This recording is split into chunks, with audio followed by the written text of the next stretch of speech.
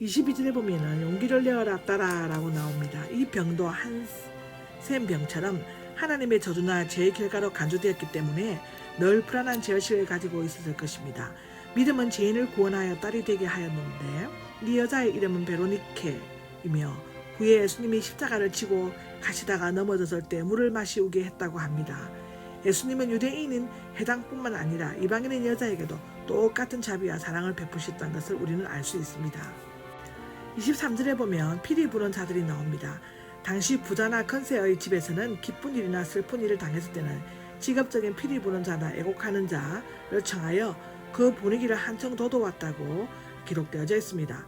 아무리 가난해도 아내를 장사 지낼 때는 최소한 2명이 피리 부는 자와 1명이 애곡하는 자를 청해야만 했다고 기록하고 있습니다. 떠드는 무리, 소음을 내거나 애곡하는 무리라는 뜻인데 특히 여자들은 큰 울부짖음과 통곡 소리를 내므로써 상을 당한 당사자들의 슬픔에 동참하려고 했다고 사도행전 17장 5절에 기록하고 있습니다. 그들이 이미 집에 와 있었던 것은 딸이 죽은 지 어느 정도 시간이 흘렀음을 나타내어 보여주고 있다고 기록하고 있습니다.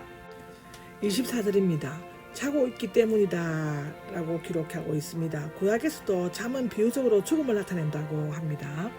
죽음은 일종의 일시적인 잠과 같은 것이며 믿는 성도는 부활의 아침에 이 죽음의 잠에서 깨어날 것이다 라고 합니다. 죽음은 마지막 끝이 아니라 영생으로 이어지는 관문이다 라고 성경은 기록되어져 있습니다. 비유섭다는 미완료 과거형으로서 계속적으로 비웃는 것을 의미합니다.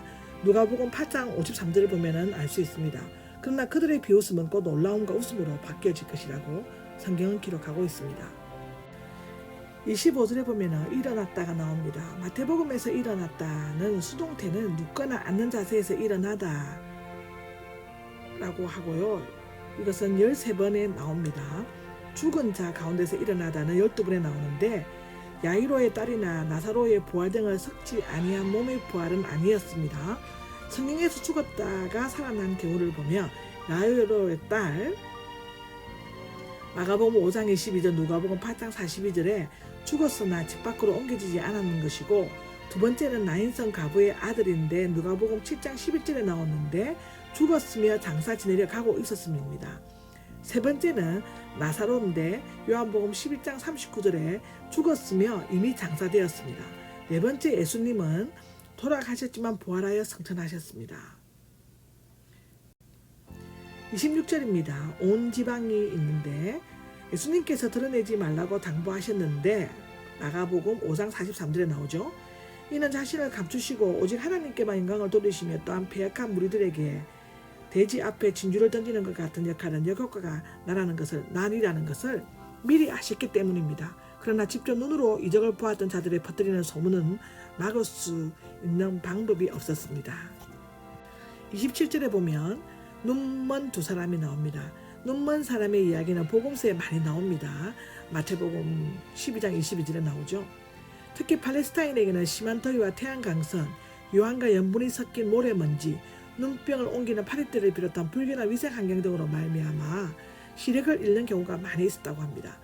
다윗의 자손이 나오는데 당시 사람들이 이 칭호를 사용한 데에는 정치적 해방자로서의 의미가 강했습니다. 그러나 여기의 눈먼 사람들은 모든 질병에서 구원해 주실 메시아라는 의미를 불렀을 것입니다.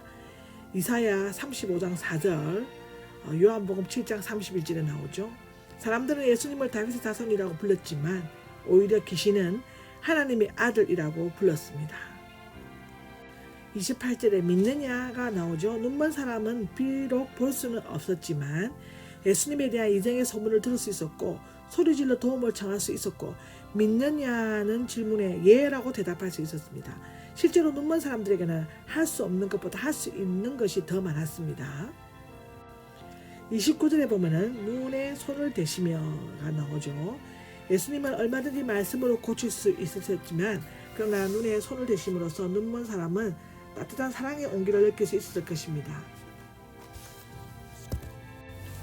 30절에 보면 눈이 열렸다가 나옵니다. 시력을 회복하는 것에 대한 비례적인 표현인데요. 이사야 35장 5절, 사도행전 26장 17절에 나옵니다.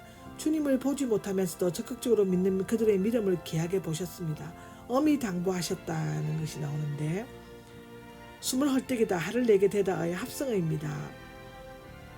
다니엘 11장 30절을 보면 나옵니다. 마치 위협하듯 엄정하게 명령하는 것을 의미하는 것은 마가복음 1장 32절에도 나오죠. 모세나 엘리야, 엘리사도 이적을 행했지만 눈먼 자나 벙어리를 고치지는 않았습니다. 특히 눈먼 자를 고치는 것은 메시아의 표로 예언되었는데 이사야 29장 18절에 나옵니다. 이 치유 사건을 통해 예수님이 메시아시라는 것이 확실히 증명되었습니다. 그로 말미암아 백성들은 메시아로 추대하려고 달려들 것이며 예수님께서 의도하신 복음 전파는 큰 난간에 봉착하게 될 것입니다. 그것은 즉시 현실로 나타났는데 바리새인들은 귀신들의 우두머리를 힘입어 귀신을 쫓아낸다고 비난하였습니다.